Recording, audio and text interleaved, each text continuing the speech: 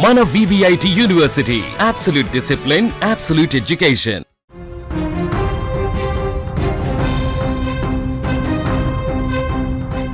కన్నీరు పెట్టిస్తున్న దృశ్యాలు, గుండెల్ని పిండేసే ఆర్తనాదాలు. లక్నో నడిబొడ్డున జరిగిన ఒకే ఒక్క ప్రమాదం దేశాన్ని కుదిపేసింది. చదువుకొని పెద్ద ఉద్యోగాలు సాధించాలన్న ఆశలతో కోచింగ్ సెంటర్కు వెళ్లిన విద్యార్థులు శవాలై తిరిగి వచ్చారు. మంటల నుంచి తప్పించుకోవడానికి వారు చేసిన ఆఖరి ప్రయత్నమే వారి ప్రాణాలను బలి తీసుకుంది. ఈ ఘోర ప్రమాద దృశ్యాలు చూసి ప్రతి ఒక్కరి కళ్ళు చెమర్చుతున్నాయి. ఉత్తరప్రదేశ్ రాజధాని లక్నోలోని ఒక వాణిజ్య సముదాయంలో అకస్మాత్తుగా మంటలు చెలరేగాయి. ఆ బిల్డింగ్లోనే ఒక కోచింగ్ సెంటర్ నడుస్తోంది. ప్రమాదం జరిగిన సమయంలో విద్యార్థులంతా క్లాసుల్లో ఉన్నారు. ఒక్కసారిగా దట్టమైన పొగ, మంటలు చుట్టుముట్టడంతో ఏం చేయాలో పాలుపోక ప్రాణభయంతో అల్లాడిపోయారు. బయటకు వచ్చే దారి కనిపించకపోవడంతో కొంతమంది విద్యార్థులు బిల్డింగ్లోని బాత్రూంలోకి పరిగెత్తారు. మంటలు లోపలికి రాకుండా ఉండేందుకు గది తలుపులు వేసుకుని గడియ పెట్టుకున్నారు. ఆ క్షణంలో వారు తీసుకున్న నిర్ణయమే ఊపిరి సల్పకుండా చేసింది. దట్టమైన విషపూరిత పొగ బాత్రూమ్ అంతటా అలుముకుంది.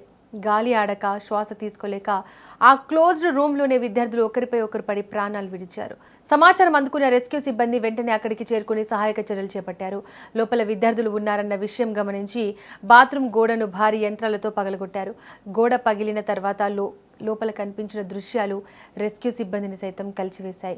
ఒకరినొకరు పట్టుకుని అపస్మారక స్థితిలో పడి ఉన్న విద్యార్థుల మృతదేహాలను చూసి అక్కడున్న వారంతా నిర్ఘాంతపోయారు. అదే బిల్డింగ్లో ఒక పెట్ షాప్ కూడా నడుస్తోంది. ఆ ప్రమాదంలో ఆ మూగ జీవాలు కూడా బలైపోయాయి. మంటలు, పొగ కారణంగా షాప్లో ఉన్న కొన్ని జంతువులు అక్కడికక్కడే ఊపిరాడక చనిపోయాయి.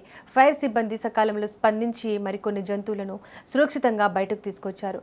ప్రమాద తీవ్రతను తెలుసుకున్న ఉత్తరప్రదేశ్ డిప్యూటీ సీఎం బ్రజేష్ పాఠక్ తక్షణమే స్థలానికి చేరుకున్నారు. అక్కడ మృతదేహాలను, బాధితుల ఆర్తనాదాలను చూసి ఆయన తట్టుకోలేకపోయారు. మీడియా ముందు మాట్లాడుతూనే ఆయన కన్నీటి పర్వంతమయ్యారు. ఈ ఘటనపై తీవ్ర దిగ్భ్రాంతి వ్యక్తం చేస్తూ బాధ్యులపై కఠిన చర్యలు తీసుకుంటామని హామీ ఇచ్చారు. ఈ ప్రమాదంలో మొత్తం 15 మందికి పైగా ప్రాణాలు కోల్పోయినట్లు అధికారిక వర్గాల సమాచారం ప్రకారం తెలుస్తోంది. గాయపడిన వారికి స్థానిక ఆసుపత్రిలో అత్యవసర చికిత్స అందిస్తున్నారు. లక్నో విషాదం ఇప్పుడు దేశవ్యాప్తంగా కోచింగ్ సెంటర్లలో భద్రతా ప్రమాణాల వ్యవస్థపై పెద్ద ప్రశ్నగా మారింది. 13 के लगभग 12-13 बच्चे अभी हमारी जानकारी में आया है। सभी को KGMC ट्रामा सेंटर भेजा गया है। घायलों को अच्छे से अच्छा इलाज मिले। घटना के उच्च स्तरीय जांच के निर्देश दिए हैं और तत्काल ऐसे बिंदुओं की जांच की जाए कि ऐसी घटना भविष्य में न हो।